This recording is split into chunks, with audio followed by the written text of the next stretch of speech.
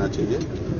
اور جس طرح حادثات میں یا جو تھیلیسیمیا کے جو مریض ہیں، جو بچے ہیں، ان کو خون چاہیے ہوتا ہے، تو آج یہ ہلال احمر کے زیر سایہ یہاں پہ ابرار الحق کی سربراہی میں انہوں نے مجھے کہا تھا، تو میں نے کہا آپ قومی اسمبلی سے شروع کریں، یہاں پہ پورے پاکستان کے مختلف نمائندے ہیں، اور آپ ایک اچھا جو ہے میسج جائے گا، ایک اچھا جو ہے وہ عوام کے اندر، کہ جو اس طرح کے طبقہ ہے جو قومی اسمبلی میں ہے، جو وزیر ہیں، جو دوسرے عہدوں پہ ہیں، وہ سب سے پہلے یہ جو ہے ایک خیر کے کام میں اپنا حصہ ڈال رہے ہیں. تو آج اس کی ابتدا کر رہے ہیں انشاءاللہ.